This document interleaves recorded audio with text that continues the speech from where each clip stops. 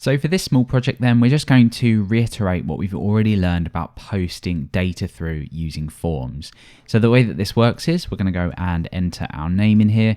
We're going to hit the greet me button, and of course it's going to greet us by our name. So we've already covered this, but it's just to go over, like I said, what we've already learned about forms and posting data through.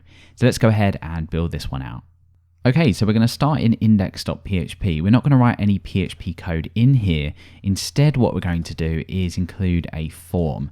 Now, we've already seen throughout the course a basic structure here. If you're not too familiar with HTML, go ahead and copy this down, and of course, we can go ahead and fill the rest of this in.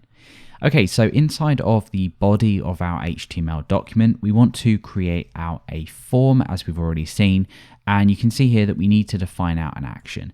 Now, you could technically post this through to the same page and then go ahead and pick this up in the top. So you could define out some PHP tags and you could end a PHP tag here.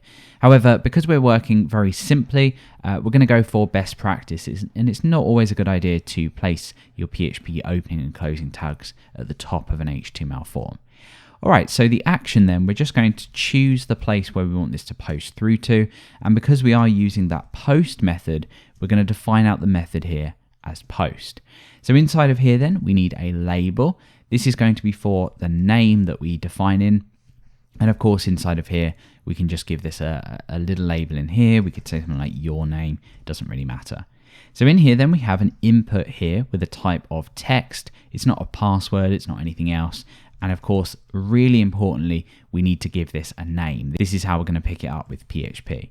So now what we want to do is very quickly give this an ID. So when we click on this label, it will autofocus on this. And now we can create our submit button. So this is going to have a type of submit. And in here, we're just going to say, greet me. All right, so now let's go over to the browser and check out our form. You can see here we can enter in a name, and we can go ahead and click greet me. It's obviously not in the query string because we are posting this through, but now we can look at picking this up in a new file. So let's create this name.php file like so, name.php, and we're going to go and create our PHP tag so we can go ahead and start to output this. So again, this is going to be really straightforward.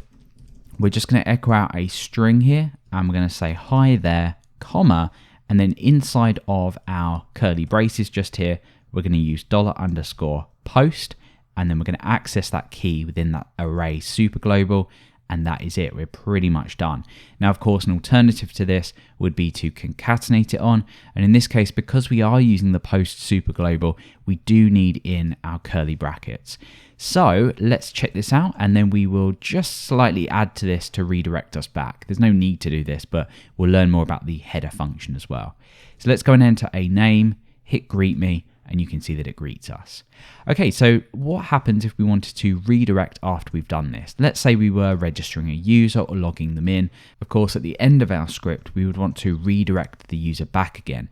So we've already learned about the header function, and in here, we just use the location header and we set this to where we want to go. Now in our case, this is going to be index.php, or more appropriately, it would be the full path to the URL. So in this case, we would say the following, and then it would be index.php. So this will go ahead and echo something out, although we won't see it because we will be immediately redirected off. So we could in fact comment this out and go ahead and just redirect back. So let's go ahead over to our index file, enter a name in here like so, greet me, and there we go, we're redirected immediately back.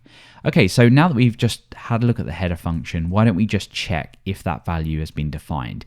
Now obviously at the moment, if I was to just hit greet me, we don't see anything. So let's go back and let's go ahead and redirect the user if they do not provide a name. So we know that we can do something like name equals $_post, grabbing the name, and then what we can do is we can, by default, if it's not set it to null. Now in this case, it's more than likely that it will be set because it's part of our form. If we click greet me, you can see that nothing really happens here. And if we do in fact change this over to something else, when I go ahead and submit this, we don't see ABC. That's because this check here is checking if this value is set. So what we can do is we can go ahead and set this to null, just in case it hasn't been set. And down here, we can create an if statement to redirect the user if they haven't provided a name. So let's think about how we might do this. We know that we can use empty, but we might also want to trim this like we've already learned. So let's check if name is empty. And then if that's the case, let's go ahead and use the header function and use the location header to redirect the user back to this page here. So let's copy this and paste it in. Okay, so now if I go ahead and click this, you can see that we're redirected back. It's very quick, but we are in fact being redirected back. Now what happens if I just type a load of spaces in here and hit greet me, you can see it's still not working.